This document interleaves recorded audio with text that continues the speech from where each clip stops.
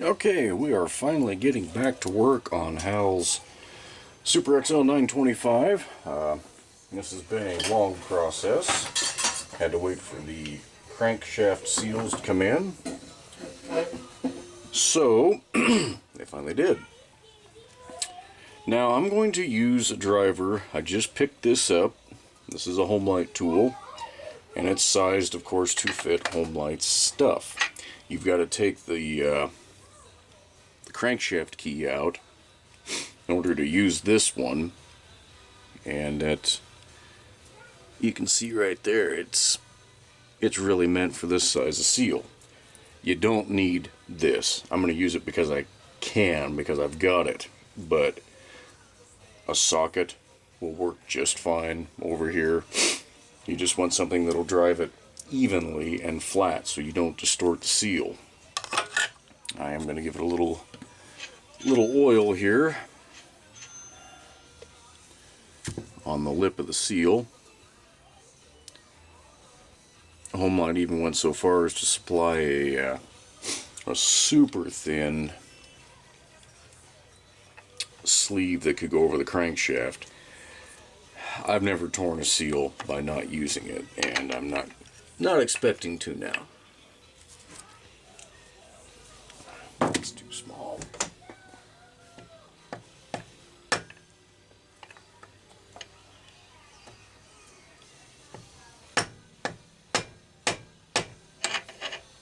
And that is not driving straight, naturally. Really not driving straight.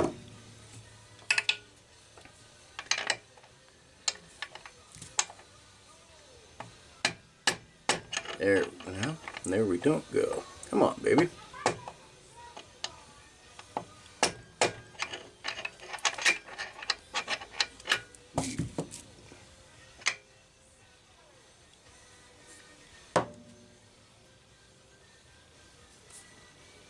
Really prefer it when it doesn't do that.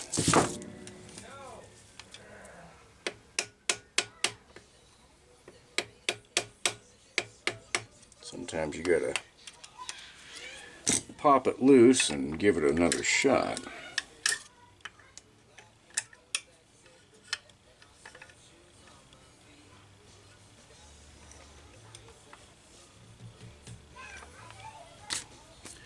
And other times, if it's too stubborn, a few light taps around the perimeter to make sure it's actually going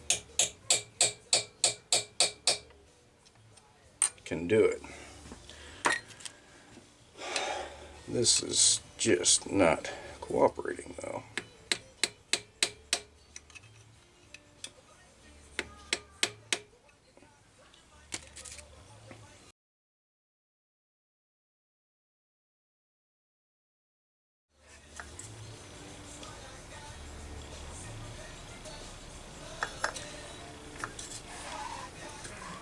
There, I can see the oil moving on it right there. Perfect.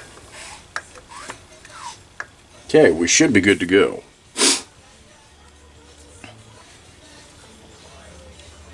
If I was really concerned, I could put some pressure, do some block-off plates on the muffler and the carb and put some pressure to it, but I'm not concerned with a new seal. It is going to work, and it is going to work well. And we'll get our transformer in place here. Or not transformer, this is actually the the module.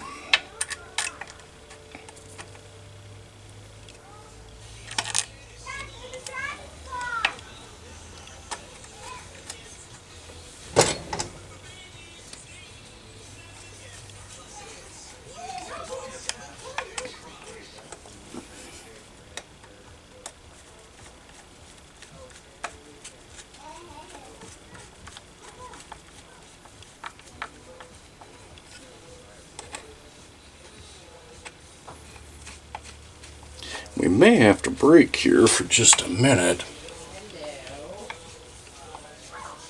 because I am not seeing a part that I should see. there is a bushing, a nylon type bushing that serves as a dust cover that's supposed to fit right down in there, and it locks into that recess, and I'm pretty sure they were still using it on the 925. So before going any further, I'm going to go ahead and go find one of those, verify that, and then we'll come back, finish this little bit of basic assembly, and try giving this thing a test run. Okay, got that little bushing dust cover, whatever you want to call it, pressed into place. We'll get the flywheel key back in.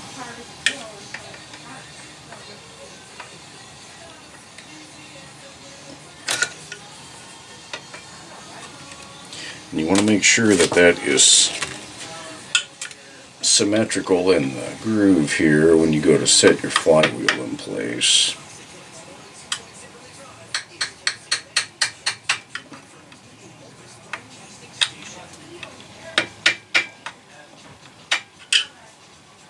There we go. Okay. So if you start your flywheel pretty close to lined up, you'll be happier. And ideally you'll have the crank set so that the magnets aren't pulling against the poles of the coil there. They're wide out, it's a lot easier to line up.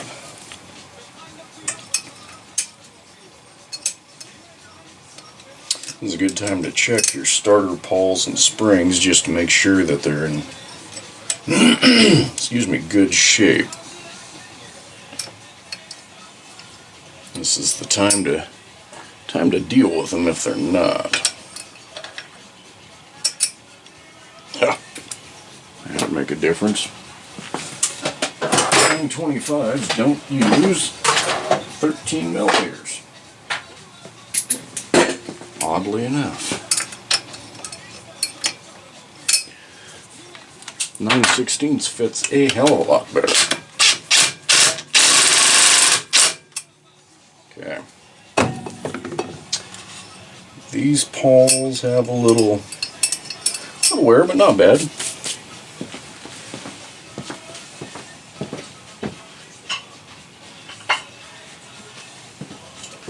The other thing you want to check, and the older these get, the more common this is you want to check your starter pulley. Excessive wear, you can actually have a notch cut right here.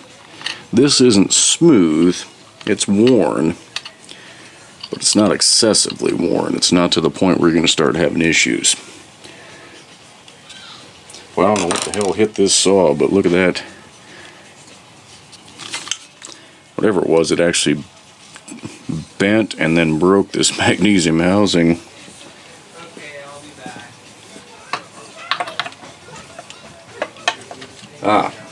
From last time, I forgot. Need to hook this kill switch wire up.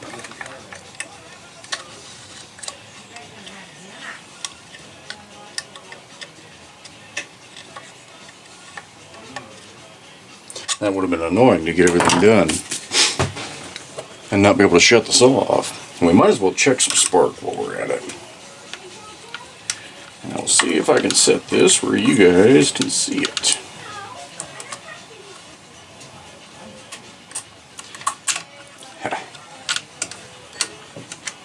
Of course. Yeah, we'll see if I can zap myself on video.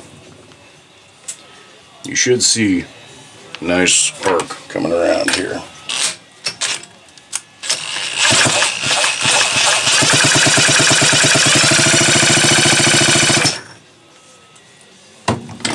Well, I'm not a big fan of that. Not at all. We won't open the new plug yet. We'll see if the old one arcs. I noticed on some of these Homelite electronic systems that yeah. So it's sparking on this plug, but the gap on this is more than it'll jump. The newer electronic ignitions will jump that no problem. Oh, maybe I didn't have it grounded out well enough. Let's see, I am trying to do this without shocking myself.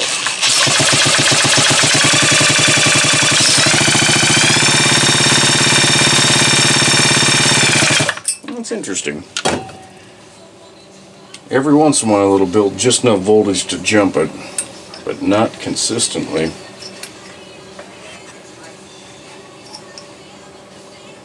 Air gap's fine there. Well, I know it ran before, it'll run this time. So let's go ahead and put this starter cover on.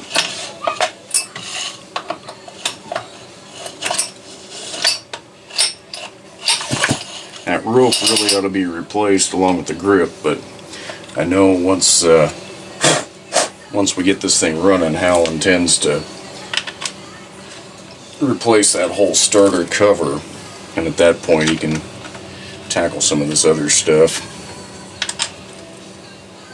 One of the things I try to do is figure out, when a customer sends me a saw, what they want me to do and what they can do themselves in order to save them a few bucks.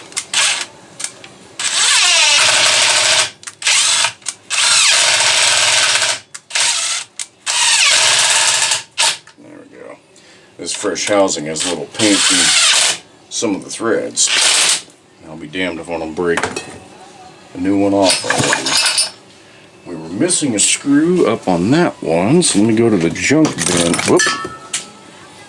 As I ripped the charge cord right out of the back of the camera there.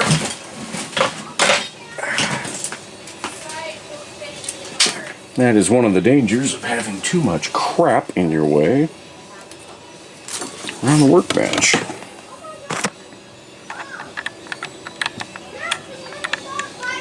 Oh, come on.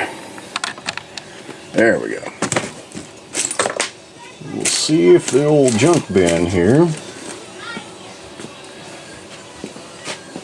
ought to be just about right. This is the one you can't reach with the rattle gun anyway. There we go. Start off with a brand new spark plug.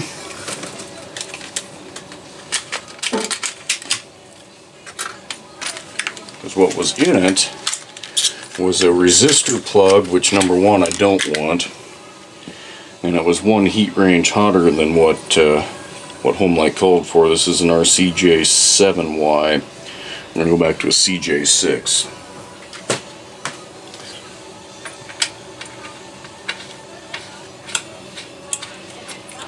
One heat range isn't going to kill a saw, but if you were a heat range off and your mix was too lean, and you were working the saw hard, you see where I'm going with all of this. It can be a contributing factor to killing off a saw, and we're just not going to do that.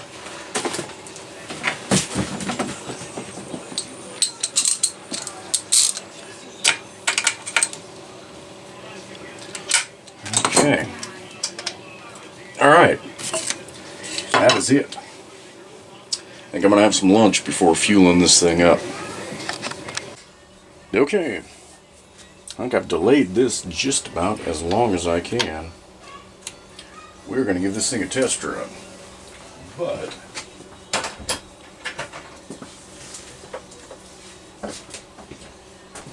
it's going to be a long test run, because if it starts and runs like I believe it should, I want to get that piston and ring seated. And I don't want my neighbors to hate me when I run the thing on the bench here for half an hour, which, if it runs, is about what I'm going to let it go. So, fingers crossed, everybody.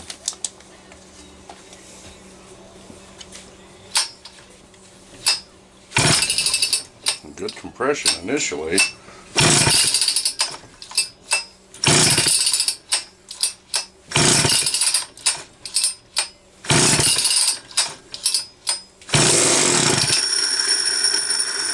Start.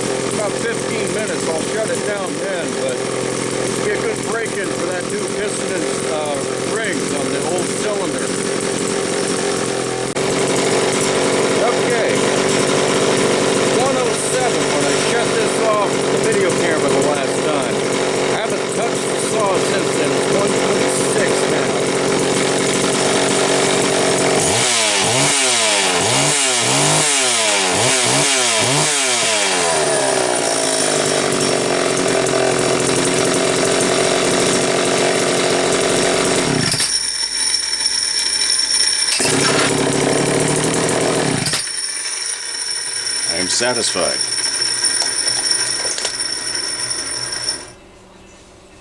I'm satisfied that A, my tuning is close enough. I intentionally want it to be a little bit rich. Again, it's break-in, and Hal doesn't run the same AMSOIL mix that I do, so it needs to be a little richer for his mix. This thing is just, it's warmed up. I mean, I had to guess, I'd say the bottom of the case here is maybe 120 degrees. If I can find my, yeah, see if the batteries are still good. Yeah.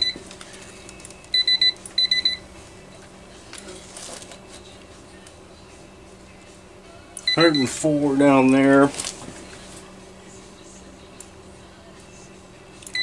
Muffler ports at 218-ish. Ah, come on. That was not accurate. And the batteries are rattling around. These cheap Harbor Freight guns. 185 is what I'm getting right there. So I mean, it's up to operating temperature. It's not hot. Obviously it wasn't doing any work, just sitting there idling. But how I am comfortable that the piston and cylinder and rings are all working well together here. So yeah, I think we got a winner.